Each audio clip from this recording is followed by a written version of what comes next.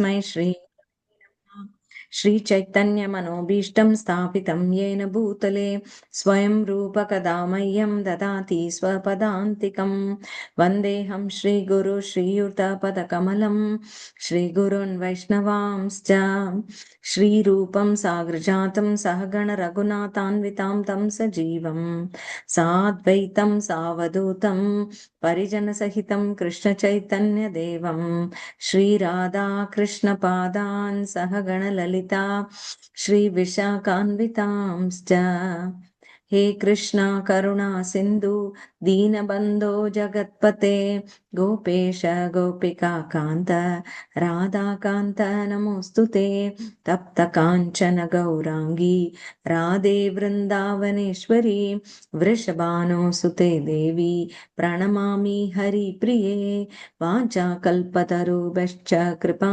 सिन्धुभ्य एव च पतितानां पावनेभ्यो वैष्णवेभ्यो नमो नमः। जय श्री कृष्ण चैतन्य प्रभो नित्यानंदा श्री अद्वैत गदाधर श्रीवासादि गौरभक्तवृंदा हरे कृष्णा कृष्णा कृष्णा हरे हरे हरे राम राम राम हरे हरे। श्री श्री भगवद गीता की जय, श्रील प्रभुपाद की जय। हरे கிருஷ்ணா. இன்னைக்கு 8வது அத்தியாயம் இந்த குழுவில் நம்ம பார்த்துட்டு இருக்கோம். 9, 10 ஸ்லோகங்கள் இன்னைக்கு நமக்கு நியமிக்கப்பட்டிருக்கு. 8வது அத்தியாயம் அப்படின்னு பார்த்தா பரத்தை அடைதல். இந்த அத்தியாயத்தினுடைய நோக்கமாக என்ன இருந்தது அப்படின்னா, அர்ஜுனன் கேள்விகள் கேட்டு தொடங்குறான். அந்த கேள்விக்கு பதிலாக பகவான் சொல்லி கொண்டு வருகிறார். அதுதான் இந்த அத்தியாயமே.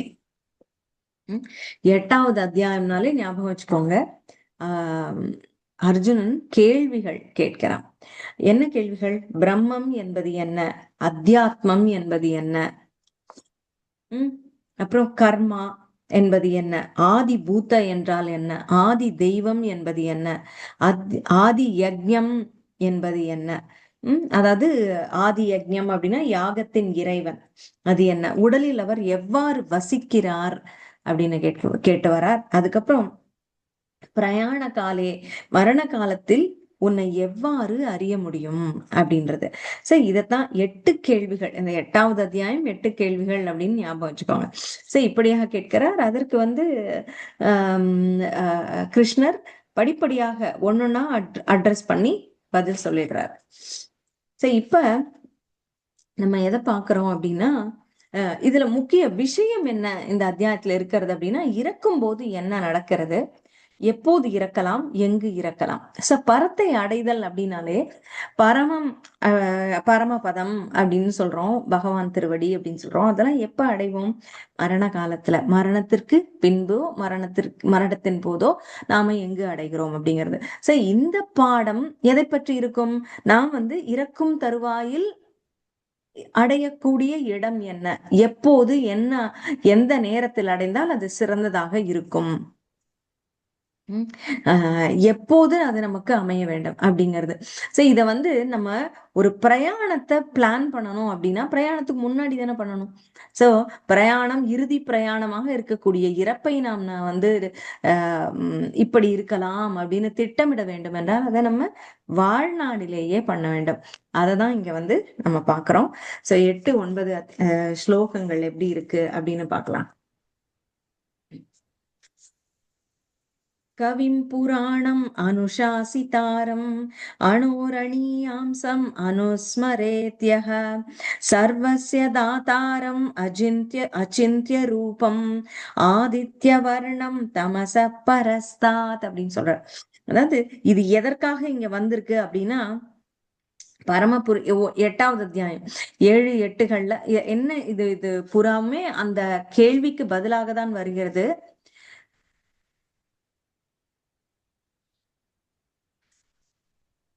அதாவது ஸ்ரீ பகவான் வாச்சல் 3வது ஸ்லோகத்திலேருந்து ஆரம்பிச்சு பதிலாக சொல்றார்.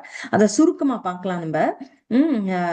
அக்ஷரம் பிரம்ம பரமம் ஸ்வபாவோ அத்தியாத்மம் உச்சதே பூத பாவோ பவகரோ விசர்க கர்ம சம்ஜிதக. அதாவது ஸ்ரீ பகவான் என்னன்னு சொல்றார் அப்படின்னா, அழிவற்ற உன்னதமான உயிர்வாழி பிரம்மன் என்றும் அதன் நித்தியமான இயற்கை அத்தியாத்மம் என்றும் அறியப்படுகிறது. ஜீவாத்மாவின் ஜட உடலை வளர்க்கும் செயல்கள் கர்மா. அவன் வளர்கிறான் இல்லையா? எது கர்மா? நம்ம செய்யக்கூடிய காரியங்கள், நமக்கு நடக்கக்கூடிய காரியங்கள் எல்லாமே கர்மா, பலன் நோக்கு செயல்கள் என்று அறியப்படுகின்றன அப்படின்னு எல்லாம் சொல்றார். என்ன பிரம்மம்னா என்ன, அத்தியாத்மம்னா என்ன அப்படின்னு சொல்லிட்டார். அடுத்ததுல உடல் பெற்ற ஆத்மாக்களில் சிறந்தவனை எப்போது மாறிக்கொண்டுள்ள பௌதிக இயற்கை ஆதி பூத அப்படின்னு சொல்லப்படுகிறது. ஆதி பூதம் அப்படின்றது வந்து அத்தியாத்மம் அப்படின்றது வந்து இந்த நித்தியமான இயற்கை இந்த பிரம்மனுடைய தன்மையாக இருக்கக்கூடியது அத்தியாத்மம். அந்த உயிர்வாழி பிரம்மன் அவனுடைய தன்மையாக இருக்கக்கூடியது அத்தியாத்மம் அப்படின்னு சொல்றாங்க. அடுத்தது ஆதி பூதம் அப்படிங்கிறது வந்து நம்ம பிரகிருதி, எப்போதும் நிலையாக இருக்கக்கூடிய அந்த எப்போதுமே நிலையாக இருக்க மாறிக்கொண்டு இருக்கக்கூடிய பௌதிக இயற்கை, அதாவது மெட்டீரியல் நேச்சர், அது வந்து ஆதி பூதம் அப்படின்னு. அதுல வந்து அப்புறம் ஆதி தெய்வம் அப்படிங்கிறது வந்து பகவானின் விஸ்வரூபம். இதெல்லாம் தேவர்கள் சந்திரன் அனைவரையும் கொண்டு தனக்குள் கொண்டிருக்கிற பகவான், அது வந்து ஆதி தெய்வம் அப்படின்னு சொல்றது. அப்புறம் ஆதி யக்ஞம், அது வந்து உடல் பெற்ற அனைத்து ஜீவன்களின் இதயத்திலும் பரமாத்மாக வீற்றிருக்கும் பரம புருஷன் ஆகிய யாதி யக்ஞம் அப்படிங்கிற தியாகத்தின் இறைவன் அப்படின்னு சொல்றார். அப்ப அதனை எப்படி அறிவது அப்படின்னா ரொம்ப சுலபம். ஒவ்வொரு உயிர் பெற்ற ஆத்மாவுக்குள்ளும் உயிர் வாழிக்குள்ளும் பகவான பரமாத்மாவாக வீற்றிருக்கும் நானே ஆதி யக்ஞம் அப்படின்னு சொல்லிட்டார். சோ இத வந்து ஆதி யக்ஞம் அத்தியாத்மம் அது. அப்புறம் கர்மா வந்து இதை வளரும் போது நடக்கக்கூடிய செயல்கள், அதாவது பலன் நோக்கு செயல்கள். ஆதி பூதம்ங்கிறது பிரகிருதி, ஆதி தெய்வம் என்பது வந்து பரமாத்மாவாக இருக்கக்கூடிய தேவர்களுக்கெல்லாம் தலைவனாக இருக்கக்கூடிய பகவான் ஆதி தெய்வம். ஆதி யக்ஞம் அப்படிங்கிறது பரமாத்ம ஸ்வரூபமாக ஒவ்வொரு உடலுக்குள்ளும் இருக்கக்கூடிய ஒவ்வொரு உயிர்வாழிக்குள்ளும் இருக்கக்கூடிய பரமாத்மா ஆதி யக்ஞம். சோ அவர் உடலில் எப்படி வசிக்கிறார் அப்படின்னா இந்த ஆத்மாவோடு இணைந்து இந்த ஜட உடலுக்குள்ள நம்ம ஒவ்வொருவருக்குள்ளும் வசிக்கிறார் அப்படின்னு. அவரை எப்படி நினைப்பது, அதுதான் கடைசி கேள்வியாக வருகிறது. அந்த காலேச்சமாம் ஏவ ஸ்மரன் முக்துவா கலைவரம்னு சொல்லிட்டார். தனது வாழ்வின் இறுதி காலத்தில் யாராவது என்னை மட்டும் எண்ணிக்கொண்டு உடலை விட்டால் உடனடியாக அவன் என்னுடைய இயற்கையை அடைகிறான், இதில் சிறிதும் சந்தேகம் இல்லை. சோ இப்ப கடைசியாக உன்னை எப்படி நினைப்பது அப்படின்னா, நீ இறுதி காலத்தில் நினைக்கணும். இதுல ஒரு சிம்பிள் ரூல் என்ன, இறுதி காலத்துல நம்ம நினைக்கணும் அப்படின்னா திடீர்னு இறுதி காலத்துல ஞாபகம் வராது.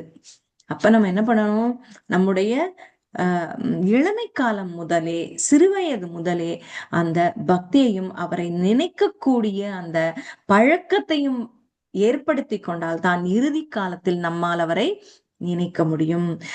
இந்த இன்ஸ்ட்ரக்ஷனோட முக்கியமான பகுதி இதுதான். சரிங்க, அதுக்குதான் நம்ம வாழ்க்கை முழுவதுமே அதற்கு தான் நம்ம வந்து ஸ்பெண்ட் பண்றோம். எதுக்கு, இந்த பக்தியை பழகுவதற்கு. இறுதி காலத்துல நினைக்கணுமே, அப்ப எப்படி முடியும் கடைசியா? இப்ப பாருங்க, ஒரு பரீட்சை எழுதுறோம், மார்க் வாங்கணும் அப்படின்னா என்ன பண்ண முடியும்? கடைசி நாள் வந்து கொஞ்சமா படிச்சுட்டு போனோம், ரொம்ப படிக்கும் அப்ப கூட ரொம்பவே படிக்கிறோம்னே வச்சுக்கோங்களேன், ஃபுல்லா முடிச்சு அந்த ஒரு நாள் ஃபுல்லா படிக்கிறோம், அது ஏதாவது எஃபெக்ட் இருக்குமா? மார்க் வந்து பரீட்சையில வாங்க முடியறதா கூட இருக்கலாம் ஓரளவுக்கு. ஆனா இந்த பரீட்சை முடிஞ்சதுக்கு அப்புறம் ஒரே ஒரு நாள் படிச்சதுனால மனசுல எவ்வளவு தூரம் பதிஞ்சிருக்கும்? பதிஞ்ச வேகத்துல பரீட்சை எழுதணும். அதுக்கப்புறம் எவ்வளவு வேகத்துல, எப்பவுமே ஃபாஸ்ட் ஃபுட் என்ன பண்ணும், சக்தி கொடுக்காது. அது போல பதிஞ்ச வேகத்துல ஓடியும் போயிடும். ரொம்ப நாள்பட்டு நம்ம அதை ஆழமாக மனதில் போட்டு இருந்தோம்னா தான் எந்த ஞானமுமே நாள்பட ஞாபகம் இருக்கும். அகலக்கால் வைக்கிறது பிரயோஜனம் இல்ல, ஆழம் தானே வைக்கணும். சோ ஆழமாக நாம் அறிந்திருக்கணும் அப்படின்னா என்ன பண்ணணும்? ரொம்ப காலமாக தொடக்கம் முதலே அதை படித்து கொண்டே இருக்க வேண்டும். ஸ்கூல் பாடங்கள் கூட கடைசி நிமிஷத்துல படிச்சா பிரயோஜனம் இல்லை. பாதி பேருக்கு கடைசி நிமிஷத்துல படிக்கிறது டென்ஷன் தான் கொடுக்குமே தவிர படிச்சு நம்ம தேர முடியாது. நம்மளுக்கு முடியுமா முடியுமான்னு பயம் இருக்கும், படிக்கலைன்னா பிரயோஜனம் இல்லை. சில பேருக்கு கூட ரொம்ப ரொம்ப என்ன சொல்லுவாங்க, ஏதோ ஒரு போட்டோகிராபிக் மெமரின்னு சொல்லுவாங்க, படிச்சது அப்படியே பதிதா கூட இருக்கலாம். ஆனால் பதிந்த அளவுக்கு ஆழமாக சென்று பதியாது. ஏன்னா கொஞ்ச நேரம் தான் படிச்சிருக்காங்க. படிக்க படிக்க படிக்க அது எதுவுமே பாருங்க, நம்ம அமர்த்தி வைக்க வைக்க வைக்கதான் உள்ள போய் சேரும். அது இல்லாம மேலோட்டமா படிச்சு முடிச்சு எழுதிட்டோம்னா அதை மறக்கக்கூடிய தன்மை வந்துரும், அப்புறம் மறந்து போயிடும். சோ அது போலதான் இந்த பக்தியை முதல்ல இருந்தே நாம் கடைபிடித்து ஆக வேண்டும். எந்த ஒருவன் தனது உடலை விடும்போது எந்த நிலையை எண்ணுகின்றானோ குந்தியின் மகனே, ஐயமின்றி அந்நிலையை அவன் அடைகிறான். தஸ்மாத் சர்வேஷு காலேஷு மாம் அனுஸ்மர யுத்யச மையர்ப்பித மனோபுத்திர் மாம் ஏ வைஷ்ய சம்சய. என்னை இந்த உருவில் எப்போதும் எண்ணிக்கொண்டு அதே சமயம் உனக்கு விதிக்கப்பட்ட கடமையான போரிடுதலையும் செய்வாயாக. உன்னுடைய செயல்களை எனக்கு அர்ப்பணித்து உன்னுடைய மனதையும் புத்தியையும் என்னில் நிலைநிறுத்துவதன் மூலம் நீ என்னையே அடைவாய். சோ இப்படியாக தான் சொல்லிக்கொண்டே வருகிறார். நீ என்னை நினைக்க வேண்டும் இறுதி காலத்துல அப்படின்னு. சரி, இப்ப இந்த கவிம் புராணம் என்ன அர்த்தம் பார்த்தா, கவிம் எல்லாம் அறிந்தவர். கவிம் அப்படின்றதோட அர்த்தம் பார்த்தோம்னா, கவி அப்படின்னா என்ன? ஒரு கவிதை எழுதக்கூடியவர், புலவர் அப்படின்றது கவி. இப்ப நம்ம சுப்பிரமணிய பாரதியார் சொல்றோம், திருவள்ளுவர் சொல்றோம், நமக்கு தெரிஞ்ச பல கவிஞர்களையும் நீங்க இப்ப சும்மா புதுசா எழுதுறவங்களை நினைக்காதீங்க. அந்த காலத்துல இருக்கக்கூடிய மரபு கவிதைகள் எழுதிய மாபெரும் கவிஞர்கள். அது கொஞ்சம் புது கவிதைகளாக கூட இருக்கலாம். இருந்தவங்க பாத்தீங்கன்னா ரொம்ப ஒரு தீர்க்க தரிசனத்தோட இன்னைக்கு என்ன நடக்குது, இன்ன காலத்துக்குமே அது ஒத்து போகிற அளவுக்கு அந்த காலத்துல எழுதியிருப்பாங்க. அது என்ன அப்படின்னா, கவிதை எழுதுவது, இதில் நீங்க எழுதுறவங்க யாராவது இருந்தா கூட தெரியும், அவ்வளவு சுலபம் கிடையாது. அதுக்கு பகவானுடைய அருள் வேண்டும். அது ஒரு சேனலிங் திறந்து விடுற மாதிரி. இப்ப பிரபுபாதர் இவ்வளவு எழுதினார் அப்படின்னா அவர் எப்படி என்ன சொல்றார்? நான் இவ்வளவு எழுதியதற்கு நான் எழுதவில்லை, பகவான் எனக்கு சொன்னான், அதை நான் எழுதினேன் அப்படிங்கிறார். இவருக்கு திறமை இல்லை என்றால் இவர் எழுதியிருக்க முடியாது. ஆனால் அந்த திறமைக்கு மேலும் அவர் எழுதுவதற்கு அந்த பகவான் அருள் வேண்டும். அது போல அதுதான் கவி. கவி என்பவர் நம்ம கவி சக்கரவர்த்தி கம்பர் சொல்றோம், கம்பராமாயணம் எழுதியவர் அப்படின்னு. நம்ம தமிழ்ல ஆழ்வார் பாசுரங்கள் 1000 இருக்கேன், 4000 திவ்ய பிரபந்தம் இருக்கேன், அத்தனையும் கவி. இன்னைக்கு வரைக்கும் அதுக்கு அர்த்தம் இருக்கிறது. நம்முடைய அது வேத சாரமாக இருக்கிறது. எவ்வளவோ நம்ம வைஷ்ணவ சங்கீதத்துல பாக்குறோம், எவ்வளவோ கவிஞர்கள் எழுதியிருக்காங்க. இந்த கவிம் அப்படின்றது முக்காலமும் உணர்ந்தவர்கள் தான் கவிஞர்களாக எழுதுகிறார்கள். அவர்களுக்கு முக்காலமும் எப்படின்னா, அவர்கள் முன்னால் என்ன நடந்தது, அதுக்கு அந்த பகவத் விஷயங்கள் ஞானம் அனைத்தும் அறிந்திருக்கிறார்கள். அவர்கள் இருக்கிற காலத்திலும் என்ன நடந்தது, என்ன இருக்கிறது அப்படிங்கறத தான் எழுதுறாங்க. பின்னால் வருகிறவர்களுக்கு இது எப்படி பயன்படும் என்று நினைத்தும் எழுதுகிறார்கள். பின்னாடி வரும்போதும் என்ன ஏன்னா கலியுகம் எப்படி மாறப்போகிறது என்று அவர்களுக்கு அந்த பாகவத ஞானம் இருக்கிறது, பகவன் ஞானம் இருக்கு. அதை வைத்து முக்காலமும் உணர்ந்து எழுதுகிறார்கள். கவி என்றாலே முக்காலமும் உணர்ந்தவன். அதனால்தான் பலருடைய அதனால இப்ப புதுசா வர்றவங்க எழுதுற சின்ன சின்ன அந்த அந்த கவிதைகள், நான் ஒரு ஜெகத் சாட்சி பிரபு ஒரு இதுல சொல்வார், நீங்க பா இப்ப கீர்த்தனம் பாடுறோம், யாரோட கீர்த்தனைகளை நம்ம பாடணும் அப்படின்னா, பெரும் ஆச்சாரியர்கள் தான் உணர்ந்து எழுதிய கவிதைகளைத்தான் பாடல்களாக வைஷ்ணவ சங்கீதமாகவோ திவ்ய பிரபந்தமாகவோ நம்ம பாட வேண்டும். கீர்த்தனைகள் தியாகராஜர் கீர்த்தனை எல்லாம் சொல்றாங்க. அந்த மாதிரி பெரிய பெரிய ஆச்சாரியர்களாக இருந்த பக்த புருஷர்கள் பாகவதர்கள் பாடிய கவிதைகளைத்தான் நாம திரும்ப பாடணும். ஏன்னா அதுல அத்தனை உணர்வு இருக்கும். அப்படி உணர்ந்து அவர்கள் எழுதிய கவிதையாக இருக்கும். அதை வந்து ஏன்னா நமக்கு வார்த்தை போட்டு எழுத தெரியுமா, சொல்ல தெரியுமான்னு தெரியாது நம்முடைய எண்ணங்களை. ஆனா நம்முடைய எண்ணங்களை தான் அந்த கவிதைகள் பிரதிபலிக்கும். பாத்தீங்கன்னா அந்த நம்முடைய எண்ணங்கள் அப்படியே இதுல பிரதிபலிச்சிருக்கும். ஆக்சுவலா என்னன்னா, எனக்கு ஒண்ணுமே தெரியாது, என்னை காப்பாற்று, நான் எதற்கும் வந்து லாய்க்கு இல்லாதவனா இருக்கேன், என்னுடைய மனதை நான் கட்டுப்படுத்தல, நான் இப்படி என்ன தாழ்ந்து போயிருக்கேன், உயர்த்து அப்படின்னு எல்லாம் இருக்க அர்த்தம் கொண்ட கவிதைகள் இருக்கும், செய்யுள்கள். பார்த்தோம்னா அந்த ஆச்சாரியர்களும் அந்த கவிஞர்களும் அந்த பக்தர்களும் அப்படி இறங்கியவர்கள் இல்ல. ஆனால் தன்னை தாழ்த்தி கொண்டு அப்படி எழுதுறாங்க. அது நமக்கு ரொம்ப பொருத்தமாக இருக்கிறதா இருக்கும். அப்ப அவர்கள் உணர்ந்து எழுதும் போது அது பகவான் காதில் ஆல்ரெடி விழுந்திருக்கும். அதை கேட்கும் பொழுது எங்கேயோ கேட்ட குரலாக இருக்கும் பகவானுக்கு. ஆனா புது புதுசா நம்மளா என்னமோ கவிதை எழுதினாலாம் அது அவ்வளவு தூரம் பகவானை போய் அடையுமான்னு தெரியாது. அதை கேட்பாரா பகவான்னு கூட தெரியாது.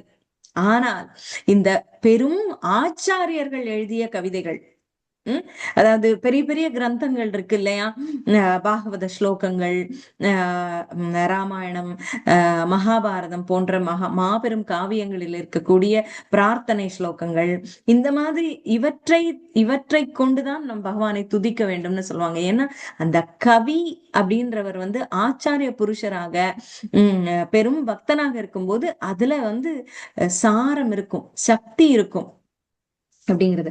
அதான் அந்த கவி அப்படின்றது வந்து இந்த கவிதான், கவிஞர் தான். ஆனால் எல்லாம் அறிந்தவர், முற்றும் உணர்ந்தவர், முக்காலமும் உணர்ந்தவர் கவி. அதுதான் வந்து இந்த கவிகளில் நான் உஷானா கவி அப்படின்னு சொல்லுவார் பாருங்க.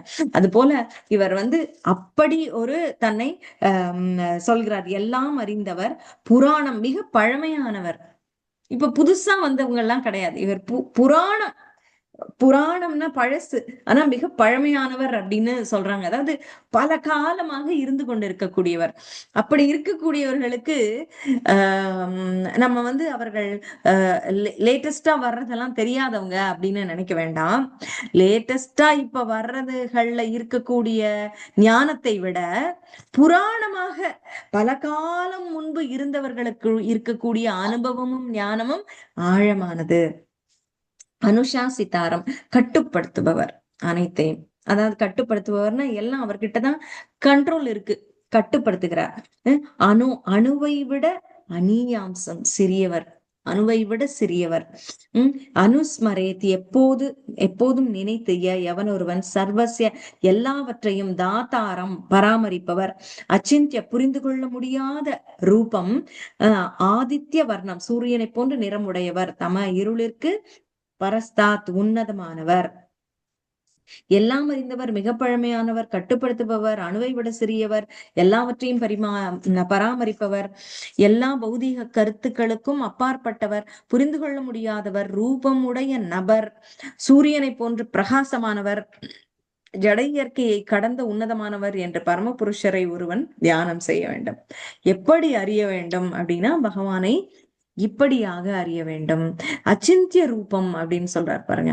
நம்முடைய புலன்களை கொண்டு இப்ப நம்மளுக்கு புரியல அப்படின்னா அதை அப்படியே கன்க்ளூட் பண்ணி இதுதான் அப்படின்னு சொல்லக்கூடாது. என் புரிதலுக்கு அப்பாற்பட்டவர் பகவான்னு பார்க்கணும். எனக்கு புரியல, அதற்காக அவர் அப்படித்தான் என்று சொல்வதற்கு இல்லை. என் புரிதலுக்கு அவர் அப்பாற்பட்டவர், அச்சிந்திய ரூபம். அதாவது புரிய கஷ்டம் அப்படின்னு இல்ல, அதாவது புரியவே முடியாது அப்படின்னு இல்ல, கொஞ்சம் சிரமம், அவ்வளவுதான். சரியா? இது வந்து புரியாதது, இத புரிஞ்சுக்கவே முடியாதுன்னு இல்ல, முடியும். ஆனால் அதற்கு வந்து சில விதிமுறைகள் இருக்கு. நம்ம புலன்களை கொண்டு அவரை புரிந்து கொள்வது கடினம் அப்படிங்கிறது தான். ஏன்னா நம்ம புலன்களுக்கு சில கட்டுப்பாடு இருக்கு. இவ்வளவுதான் புரியும்னு இருக்கு. நம்ம கண்ணுக்கு தெரிஞ்ச அளவுதானே நம்மளால பார்க்க முடியும். அதுக்கு மேல தூரம் இருக்கிறத எப்படி பார்க்க முடியும்? அது போல என் காதுக்கு கேட்கக்கூடியதுங்கிறது இப்படி பேசினா என்ன கேட்கும்? கேட்கக்கூடியதுக்குன்னு ஒரு சிலபல் வச்சிருக்காங்க. குறைஞ்சது இவ்வளவாது இருக்கணும், அப்பதான் கேட்கும். அதை விட அதுக்கும் ரொம்ப போயிருச்சுனாலும் காது வெடிச்சிருதுன்னு சொல்றாங்க. சோ இதுதான் நம்ம நம்ம நம்ம புலன்களுடைய லிமிட்டேஷன்ஸ், ரெஸ்ட்ரிக்ஷன், அதாவது கட்டுப்பாடு. இதுக்கு மேல இல்ல. இதுக்கு குறைய போனாலும் அதுக்கு கேட்காது, இதுக்கு கூடி போனாலும் கேட்காது. சோ அதுதான் நமக்கு உள்ள ஒரு கட்டுப்பாடு. இதுக்கு மேல நாம ஒன்னும் புரிந்து கொள்ள முடியாததுன்னா, இதற்கு அப்பாற்பட்டு இருந்ததுன்னா எப்படி புரிஞ்சுக்க முடியும்? அதுதான். சோ சூரியனை போன்று பிரகாசமானவர், ஜட இயற்கையை கடந்த உன்னதமானவர் என்று பரமபுருஷ பகவானை தியானம் செய்ய வேண்டும். இதெல்லாம் எதுக்கு சொல்றார்? எப்படி பகவானின் லோகத்தை இறுதி காலத்துல அடையலாம்னா, இறுதி காலத்துல நீ நினைக்கணும். எப்படி நினைக்கலாம்? பகவானை எப்படின்னு புரிஞ்சுக்கிறது அப்படின்னா, எப்படி என்னென்னமோ விதமாக புரிஞ்சுக்கலாம். இப்படியும் புரிஞ்சுக்கலாம். நம்ம உன்னை பாக்குறோம் அப்படின்னா, அது கவிம் புராணம் மனுஷாசிதாரம் அனோரணீயாம்சம் மனுஸ்மரேத்யக சர்வசிய தாத்தாரம் அச்சிந்திய ரூபம் ஆதித்ய வர்ணம் தமசப்பரஸ்தாத், இப்படி நாம அவரை புரிஞ்சுக்கலாம் அப்படின்னு சொல்றார்.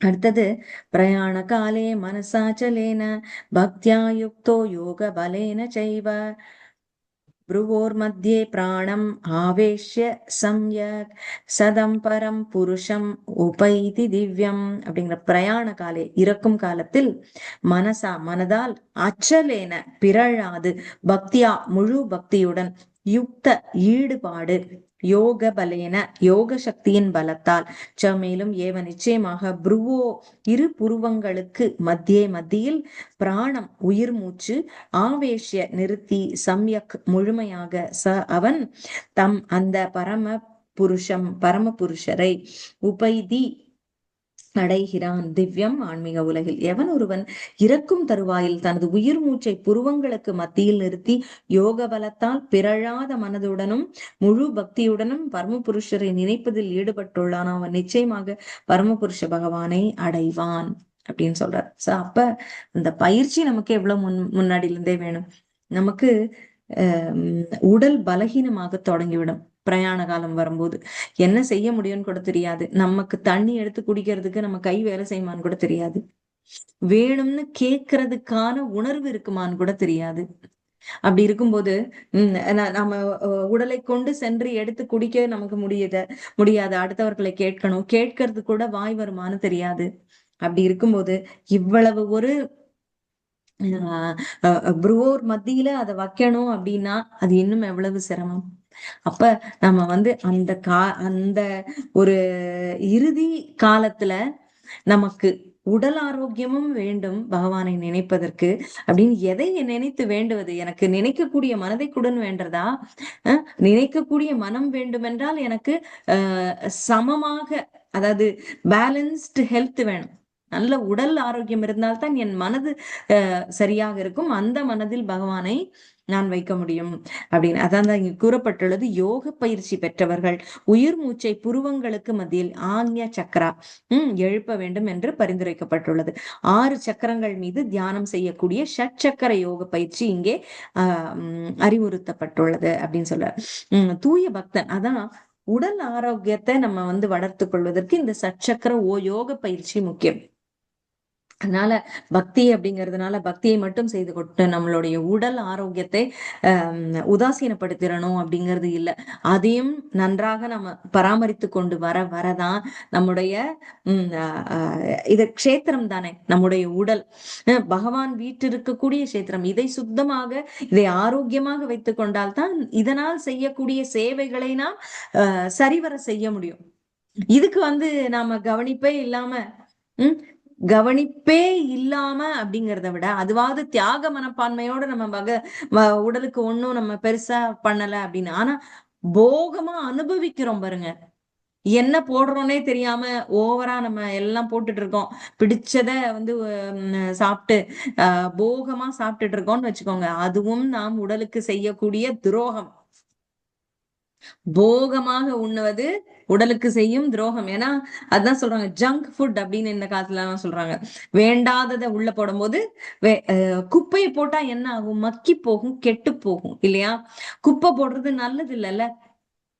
குப்பைய விலக்கணும், டாக்ஸின்ஸ் ரிமூவ் பண்ணணும், உடலில் தேவையில்லாததை வந்து வெளியேற்றணும், சுத்தப்படுத்தணும், சுத்தமாக வைத்திருக்கணும் நம்முடைய சேத்திரத்தை, உடலை.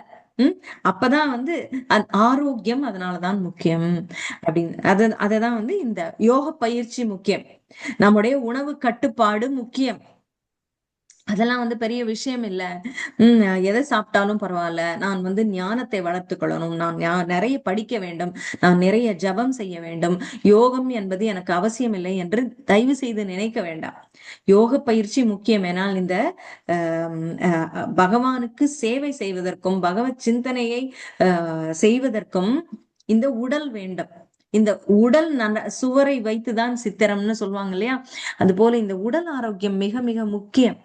அப்படி இல்லாம நம்ம என்ன பண்ணிடுறோம், உடல் ஆரோக்கியத்தை நெக்லெக்ட் பண்ணிடுறோம். அத வந்து ரொம்ப தியாக மனப்பான்மையா நினைக்க வேண்டாம். பாதி பேர் உடல் ஆரோக்கியம் கெடுவதற்கு காரணம் உடல் உடலுக்கு நன்மை, நான் ஆசைப்பட்டதை சாப்பிடுகிறேன், நான் சந்தோஷமா இருக்கேன், இப்படி சாப்பிட்டாதான் எனக்கு சந்தோஷமா இருக்கு அப்படின்னு சொல்லி ஓவரா சாப்பிடுறாங்க பாருங்க. அதுதான், அதுலயும் கொஞ்சம் கட்டுப்பாடு வேணும். என்ன ஒருவர் பார்த்து கொண்டிருக்கிறாருங்கிற எண்ணம் இருந்தால் நம்ம சரியா இருப்போம் எப்பவுமே, இல்லையா? ஆமாவா? ஒருத்தரோட சூப்பர்வைஷன் இருந்துச்சுன்னா நம்ம எதுவுமே கரெக்டா இருப்போம். அது போல நம்முடைய ஹெல்த்துக்கு நாமே மேல நின்று பார்த்துக்கணும். நம்மளோட உணவு கட்டுப்பாடு அப்படிங்கிறத வந்து நாமே நம்மை கண்காணித்து கொள்ள வேண்டும் எப்போதுமே. சிலர்லாம் இப்ப நிறைய யோகா சிஸ்டம்ஸ் ப்ரோக்ராம்ஸ் எல்லாம் வந்துருச்சு. அதுல வந்து இந்த இந்த கோச் அப்படின்னு ஒருத்தர் வந்துடுறாங்க, நம்ம லைஃப் கோச் அப்படின்னு. அவங்க இருந்து நம்மளுக்கு நீங்க என்ன சாப்பிடுறீங்க சாப்பிடல அப்படின்லாம் கேட்பாங்க. அதை குறிச்சு சொன்னோம்னா நம்ம உணவு கட்டுப்பாட அவங்க வெளியில நின்று பண்ணுவாங்க. ஆனா அதை நாமே அந்த புலனடக்கம்னு பகவான் சொல்றாரு பாருங்க. அந்த புலன் அடக்கத்துல முதன்மையானது இந்த நாவடக்கம். நாவை வந்து பேசுறதுக்கு கூட ஈஸியா அடக்கிடலாம். எது பேசணும் பேச வேண்டாம் அப்படிங்கிறது கூட ஈஸியா வந்துரும். எது சாப்பிடணும் சாப்பிட வேண்டாம் அப்படின்னு நினைக்கிற அந்த கட்டுப்பாடு இருக்கு பாருங்க, அதுதான் கஷ்டம். அதை அடைவதற்கு அதை நம்ம அடைஞ்சிட்டோம் அப்படின்னாலே நம்ம ஒரு பெரிய யோகத்துல இருக்கோம்னு அர்த்தம், யோக பயிற்சியில இருக்கோம்னு அர்த்தம். அதற்கு இந்த யோக பயிற்சிகள், நாம் செய்யக்கூடிய அந்த ஷட்சக்கர யோக பயிற்சி, உடல் பயிற்சியாக இருக்கக்கூடிய ஹஜயோகமாக இருக்கலாம், பிராணாயாமமாக இருக்கலாம், அவையெல்லாம் உதவும் அப்படிங்கிறது. இந்த உடலை நல்ல விதமாக வைத்துக் கொள்ள வேண்டும் என்றால் கட்டுப்பாடோடு உணவு உட்கொள்ள வேண்டும். அந்த உணவு கட்டுப்பாடு வருவதற்கு நமக்கு வந்து இதெல்லாம் நம்மளுக்கு என்ஹான்ஸ் பண்ணும். உணவு கட்டுப்பாடு இருந்து உடல் நன்றாக இருந்தால் மனம் நன்றாக இருக்கும். இது ரெண்டும் கனெக்டட்ன்றதை ஒத்துக்கிறீங்களா? ஓவரா சாப்பிட்டா என்ன ஆகும்? உடனே அப்படியே அப்படி ஒரு உண்ட மயக்கம் தொண்டனுக்கு உண்டுன்னு நம்மள படுக்க போட்டுரும். ஒண்ணுமே செய்ய தோணாது. அப்ப மனம் ஃப்ரெஷ்ஷா இருக்காது, நம்மளால வந்து ஜபம் பண்ண முடியாது, படிச்சா தூக்கம் வரும், எதுவுமே செய்ய முடியாது. ஆனால் அதே இது இன்னைக்கு கூட நம்மளுக்கு வந்து ஃபாஸ்டிங் டில் நோன் நித்யானந்த திரையோதசி. அப்ப நம்ம இன்னும் பார்க்க போனீங்களா சோர்வாகவே இருக்காது. இப்பதான் நம்மளுக்கு வந்து ரொம்ப எனர்ஜெட்டிக்கா இருக்க மாதிரி நம்ம ஃபீல் பண்ணுவோம். ஏன்னா குறைவாக உட்கொள்ளும் பொழுது நம்முடைய அந்த ஸ்டோர்ட் அப் எனர்ஜி எல்லாம் நம்மளுக்கு உதவி செய்யும் நம்மளோட வேலை செய்யறதுக்கு. அப்ப இருக்கும்போது அந்த அந்த கெட்டது கழியறது போல இந்த டாக்ஸின்ஸ் எல்லாம் அப்படியே கழிஞ்சு அப்படியே வேப்பரைஸ் ஆகி போற மாதிரி நினைச்சுக்கோங்களேன். நம்ம இத்தனை நாள் வரைக்கும் தேவையில்லாதது, நம்மளுக்கு வேண்டிய அளவுக்கு மேல சாப்பிட்டு நிறைய சேர்த்து வச்சிருக்கோம், அதெல்லாம் இப்ப வந்து கரையும். சாப்பிடாம இருக்கும்போது, புதுசா எதுவும் சாப்பிடாம இருக்கும்போது ஆல்ரெடி அந்த ஸ்டோர்ட் அப் எனர்ஜி வந்து கேலரிஸ் வந்து அப்படியே நம்மளுக்கு பேர்ன் ஆகி உதவி செய்யும். அப்ப இன்னும் மனசு ஃப்ரெஷ்ஷா ஆகும். ஏன்னா அது மனசுக்கு ஒரு நல்லது நடக்குது. இப்ப ஒரு சுத்திகரிப்பு, ஒரு தூய்மை, இந்த டாக்ஸின்ஸ் ரிமூவ் ஆயிட்டு இருக்கு நம்ம பாடியில, நல்லது நடக்குது. அப்படிங்கும்போது உடல் வந்து இன்னும் வந்து சந்தோஷமாக சேவை செய்வதற்கு என்ன சொல்றது, ஆர்வமாக எழுந்து வரும். அது போல யாரும் வந்து சாப்பிடாததுனால உபவாசம் என்பது வந்து நமக்கு ஒரு தண்டனை அப்படின்னு நினைக்க வேணாம். சாப்பிட முடியாம இருக்கிறது அது கிடையாது. அது வந்து நம்ம இது உடலுக்கு கொடுக்கக்கூடிய ஒரு ஒரு வெகுமானம், ஒரு ட்ரீட் சாப்பிடாம இருக்கிறது. அது அது வந்து ஒரு சந்தோஷம் உடலுக்கு. அப்பா, இன்னைக்குதான் எனக்கு என் மேல வந்து குப்பை விழல அப்படின்னு நம்ம பாடி வந்து சந்தோஷப்படும். அதனால அது என்ன பண்ணும், தான் உடல் சந்தோஷமாக இருந்தால் அது வந்து மனதுக்கு டிரான்ஸ்ஃபர் ஆகும், மைண்டுக்கு.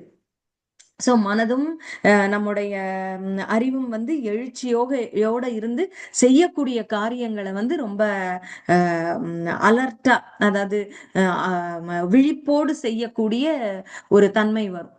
மூளையும் வந்து சுறுசுறுப்பாக இருக்கும் அப்படின்றது. சோ அப்ப இந்த யோக பயிற்சி இங்கே அறிவுறுத்தப்பட்டுள்ளது. தூய பக்தன் இத்தகைய யோகத்தினை பயிற்சி செய்வதில்லை, இருப்பினும் எப்போதும் கிருஷ்ண உணர்வில் ஈடுபட்டுள்ளதால் பரமபுருஷ பகவானின் கருணையால் அவன் அவரை நினைக்க முடியும். இது 14ஆம் ஸ்லோகத்தில் விளக்கப்படும். அதாவது இந்த யோக பயிற்சி செய்யறதெல்லாம் வந்து நம்ம கட்டாயமாக, தூய பக்தனுக்கு இதுக்கு நேரம் இல்லாம இருக்கலாம், அவன் செய்ய மாட்டானாக இருக்கலாம், அது பரிந்துரைக்கப்படல பகவானால. தூய பக்தி செய்ய அப்படின்னு தான் சொல்றார். அப்படி செஞ்சா நீ வந்து இந்த யோக பயிற்சி எல்லாம் செய்யணுங்கிறத வந்து அவர் கட்டாயமாக சொல்லல. ஆனால் இதனால் வரும் நன்மையை அவர் சொல்கிறார். அப்ப நம்ம தூய பக்தி நிலைக்கு நாம் இன்னும் போகல. நம்முடைய உடலை தயார்படுத்தி தான் நம்ம வந்து உடல் ஆரோக்கியமாக இருக்கா பக்தி செய்ய முடியும். நாம எப்படிதான் நம்ம உடலை விட்டாலும் நம்ம பக்தி செய்ய முடியும், பகவானை நினைக்க முடியும் என்று நினைப்பதற்கு இல்ல. இந்த யோக பயிற்சி செய்யும் பொழுது மனம் ஒருமுகப்படும். அந்த பயிற்சி நம்முடைய பக்திக்கு உதவும். அந்த பயிற்சி இப்ப சொல்றாங்கல்ல, நம்ம வந்து ஒன்றை விட்டு கொடுக்க பழகினால், தியாகம் செய்ய பழகினால், நேரத்தை தியாகம் செய்து ஜபம் செய்வதற்கு பழகுவோம் அப்படின்றது. அது போல இங்கு வந்து மனதை ஒருமுகப்படுத்த பழகுவது அப்படின்றதுதான் இந்த யோக பயிற்சி. ஒவ்வொரு ஆசனாலையும் பாருங்க, நீங்க உட்கார்ந்து ஒரு ஒரு ஆசனா பொசிஷன்ல நீங்க வரணும் அப்படின்னா மனம் வந்து ஒருமுகப்படும். அந்த ஒருமுகப்படுகிற பயிற்சி நமக்கு வரும்போது நாம் ஜபம் செய்வதிலும் பக்தி காரியங்கள் செய்வதிலும் அது நமக்கு உதவியாக இருக்கும். உடலையும் ஆரோக்கியமாக வைக்கும், மனதையும் அது பயிற்சியை படுத்தி கொடுக்கும். அப்படியாக இதை வந்து நாம் தூய பக்தி நிலைக்கு செல்லும் வரை இதை நம்ம கடைபிடித்துதான் ஆக வேண்டும். இந்த யோக பயிற்சிகள் செய்யத்தான் வேண்டும். அது நம்முடைய பக்தியையும் மேம்படுத்தும். அதான் வந்து அனுகூலசிய சங்கல்பன் சொல்றாங்க இல்லையா, எது பக்திக்கு அனுகூலமாக இருக்குமோ அது பண்ணணும். அது போல இதையெல்லாம் விட்டுட்டு நாம வந்து உடலை கவனிக்கவே இல்லாமல், உடலை ஆரோக்கியமாக வைத்துக் கொள்ளாமல் பக்தி விஷயங்களை செய்ய போகிறோம் அப்படின்னு சொன்னா நம்மால வந்து உடலை கொண்டு உடல் அதற்கு உதவாது. அதுக்கு வந்து ரொம்ப அனுகூலமாக இருக்காது, ஃபேவரபிளா இருக்காது. சோ அப்ப உடலையும் நன்கு ஆரோக்கியமாக வைத்திருந்தால் தான் நம்முடைய சேவை சிறப்பாக நாம செய்ய முடியும் அப்படிங்கிறது. யோக பலேன என்னும் சொல் இந்த ஸ்லோகத்தில் மிக முக்கியமானதாகும். ஏனெனில் யோக பயிற்சி இன்றி ஷட்சக்கர யோகமானாலும் சரி, பக்தி யோகமானாலும் சரி, இறக்கும் நேரத்தில் இத்தகு தெய்வீக நினைவை அடைவது சாத்தியமல்ல. யோக பலேன, யோகத்தின் பலம் நம்மளுக்கு இருந்ததுன்னா, அதான் சொல்றாங்க யானை பலம். யாராவது எங்க அப்பா என் கூட இருந்தா எனக்கு யானை பலம் அப்படின்னு சொல்ற மாதிரி, இந்த யோகத்தினுடைய பலம் நமக்கு இருந்தால் அது யானை பலம் தான் நமக்கு. யோக பலத்தோட அது வந்து ஷட்சக்கர யோக பலமானாலும் சரி, பக்தி யோகமானாலும் சரி அப்படின்னு சொல்றாரு. இந்த பக்தி யோகம் கேள்வியே இல்லை. அது வந்து நம்மளுக்கு எல்லா விதமான கட்டுப்பாடையும் கொடுக்கும். ஆனால் நாம் அதனை நாட வேண்டும். மனது கம்ப்ளீட்டா அது வந்து நம்ம மனதில் தான் இருக்கிறது. நாம என்ன உணர்வோடு, எந்த ஒரு சரணாகதியோடு, எந்த இன்டென்ஷன் அப்படின்னு சொல்றாங்கல்ல, அந்த இன்டென்ஷனோட நம்ம ப்ரே பண்ணும்போதுதான் அதற்கு பலன் இருக்கும். அதுக்கு வந்து அட்டென்ஷன் இல்ல, ஏதோ கடமைக்காக அப்படின்னு செய்யும்போது அந்த இன்டென்ஷன் சரியில்லை. அப்படிங்கும்போது அந்த பக்தியில தூய்மை இருக்காது, அதுக்கு பலன் இருக்குமான்னு தெரியாது. ஆனால் அதுக்குதான் தூய பக்தர்களுக்கு வந்து எப்படி இருக்கும், இந்த இந்த பக்தி ரொம்ப தூய்மையாக இருக்கும். ஆனால் இந்த நியோஃபைட்ஸ் அப்படின்னு சொல்ற தொடக்க நிலையில் இருக்கக்கூடிய பக்தர்களுக்கு பக்தி ரொம்ப தூய்மையா இருக்குமா என்று தெரியாது. அதனால் நம்முடைய இந்த யோக பயிற்சியில இருக்கோம்னா அந்த மனதை தூய்மைப்படுத்துவதற்கும் மனதை ஒருமுகப்படுத்துவதற்கும் இந்த ஷட்சக்கர யோக பயிற்சியும் பயன்படும். அதுவும் முக்கியமானது. இறக்கும் நேரத்தில் இத்தகைய தெய்வீக நினைவை அடைவது சாத்தியமல்ல. இப்படியே நம்ம தயார் பண்ணி கொண்டு வர நம்முடைய யோக பயிற்சி வரும்போது ஒரு காலத்துல இந்த அந்த பக்தியை நல்லா பழகிட்டோம்னா அப்ப இந்த யோக பயிற்சியை விட்டால் கூட பரவாயில்ல. அந்த பக்தி யோகம் மட்டும், அந்த ஜபம் மட்டும் பண்ணுவதே நமக்கு வந்து நல்ல ஒரு என்ன சொல்றது, ஒரு மனக்கட்டுப்பாடையும் பகவானை நினைக்கக்கூடிய ஒரு தன்மையையும் நல்ல இன்டென்ஷன்ஸ் நம்ம நம்ம பியூரிஃபை பண்ணணும், நம்மளோட தூய்மைப்படுத்தணும் நம்ம மனதை. அப்படி அந்த தூய்மையான மனதில் பக்தி செய்வது சுலபமாக இருக்கும் அப்படிங்கிறது. மரணத்தின் போது திடீரென்று பரமபுருஷரை நினைக்க முடியாது. ஏதேனும் ஒரு யோக வழிமுறையை, குறிப்பாக பக்தி யோக வழிமுறையை பயிற்சி செய்திருக்க வேண்டும். மரணத்தின் போது ஒருவனது மனம் மிகவும் சஞ்சலமாக இருக்கும் என்பதால் திவ்யமான இந்த யோக பயிற்சியை அவன் தனது வாழ்விலேயே பயிற்சி செய்ய வேண்டும். சஞ்சலமாக இருக்கும், என்ன வேணும்னே புரியாது. அதாவது சமநிலையில இருக்கும் போதே சஞ்சலமா இருக்கு. உடல் ஆரோக்கியம் இல்லை அப்படிங்கும் போது இது வந்து ஒரு கெமிக்கல் ரியாக்ஷன் தாங்க பாடின்றது. நம்ம உடல் ஆரோக்கியமா இருந்தாதான் மனம் அலர்ட்டா இருக்கும். இங்க ஏதாவது கெமிக்கல் வேரியேஷன்ஸ் ஆகுது அப்படின்னா மனம் வந்து நிலை குலைந்து விடும். நல்ல மனமாக இருக்கும் போதே நமக்கு சஞ்சலம் ஏற்படுகிறதே. உடல் பலவீனம் அடைந்தவுடன் எத்தனை சஞ்சலம் அடைய வாய்ப்பு இருக்கிறது. நிறைய பேருக்கு ரொம்ப பெரிய எக்ஸ்பர்ட்ஸாகவும் சயின்டிஸ்டாகவும் ரொம்ப புத்திமான்களாகவும் வாழ்ந்திருப்பாங்க. ஆனா இறுதி காலத்துல பாத்தீங்கன்னா அப்படி குழறி புரியாமல் குழப்பி குழப்பி பேசுவாங்க. அவர்களுக்கு வந்து சமநிலை இருக்காது மனதுல. அது என்ன காரணம்? அவங்களுக்கு என்ன ஈட்டிய அறிவெல்லாம் பிரயோஜனம் இல்லாம போயிருச்சா? ஆனா இல்ல, அந்த இருக்கு, எல்லாம் இருக்கு. ஆனா அதற்கு தேவைப்படுகிற போஷாக்கை இந்த உடலால் கொடுக்க முடியவில்லை மூளைக்கு. அதனால அந்த அந்த மூளையால அந்த ஞானத்தை பயன்படுத்த முடியவில்லை. அப்ப இதெல்லாம் ஜட உடல் என்பதால் அந்த ஞானம் ஜட உடலின் திறமைக்கு கட்டுப்பட்டது, அதனோட கேப்பபிலிட்டிக்கு கட்டுப்பட்டதுதான் இது. சரியா? அதனால்தான் நமக்கு உடல் ஆரோக்கியம் கெட கெட நம்மால் வந்து அந்த ஞானத்தை சரிவர கூட பயன்படுத்த முடிவதில்லை. ஆனால் ஆன்மா அதெல்லாத்தையும் ஸ்டோர் பண்ணிக்கும். அந்த ஞானம் என்னென்ன ஈட்டணும், என்னென்ன ஆன்மீக செயல்கள் செய்தோங்கிறத ஆன்மா ஈட்டிக்கும். ஆனா புத்தி மூளை அப்படிங்கறதெல்லாம் வந்து ஜட உடல் சம்பந்தப்பட்டது. சோ அதுக்கு சரியான போஷாக்கு கிடைக்கல, அந்த கெமிக்கல்ஸ் போய் சேரல, ஹார்மோன்ஸ் போய் சேரல அப்படின்னா அதால வேலை செய்ய முடியாது. அதுக்கு வந்து நினைவு திறன் குறைஞ்சு போயிடும், ஞாபக சக்தி குறைந்து போயிடும். அதனாலதான் குழப்பி பேசுவாங்க. பழசெல்லாம் ஞாபகம் இருக்கும், இன்னைக்கு இருக்கிறது ஞாபகம் இருக்காது, இன்னைக்கு இருக்கிறது ஞாபகம் இருக்கும், பழசு ஞாபகம் இருக்காது. இந்த மாதிரி டெமென்ஷியா அப்படின்னு எல்லாம் சொல்றாங்க. பலவிதமான வியாதிகள் வருது. அதுதான் அப்ப கடைசியா, அதாவது நல்ல நாள்லயே நம்ம சரியா ஞாபகம் வச்சுக்க முடியாது.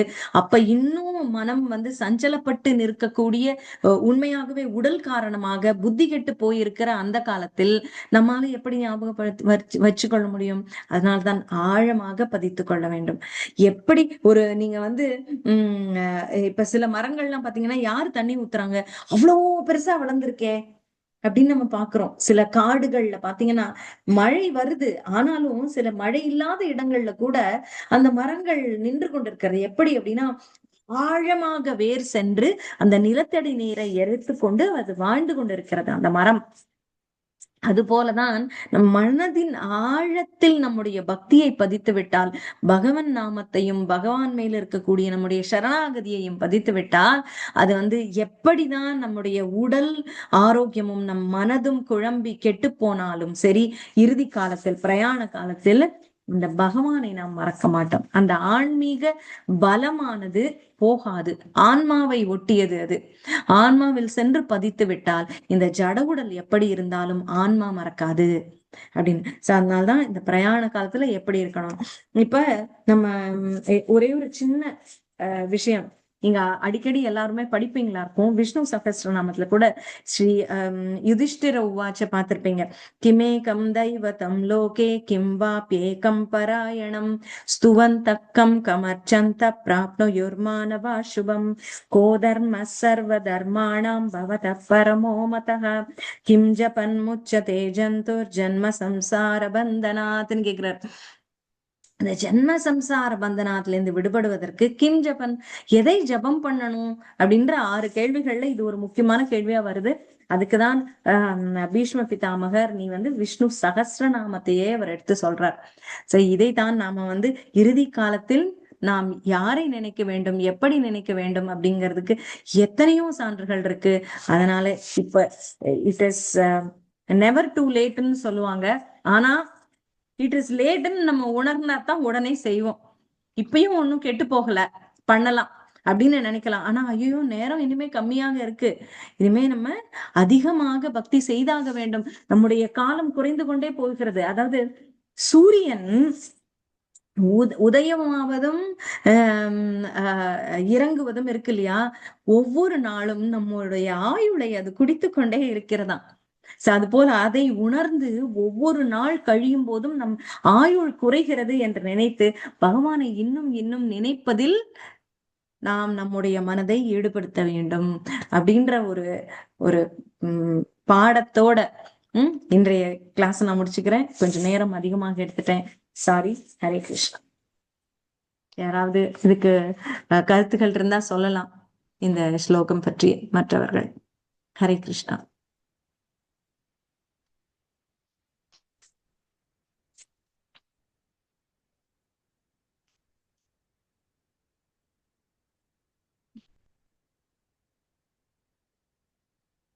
ஹரே கிருஷ்ணா. ஹரே கிருஷ்ணா. அருமையா இருந்துச்சு மாதாஜி, அருமையான விளக்கம். ஹரே கிருஷ்ணா மாதாஜி. தேங்க்யூ மாதாஜி. ஹரே கிருஷ்ணம்மா. தேங்க்யூ மாதாஜி. தேங்க்யூமா. ஜபம் பண்ணி தொடங்குறீங்களா? ஹரே கிருஷ்ணா.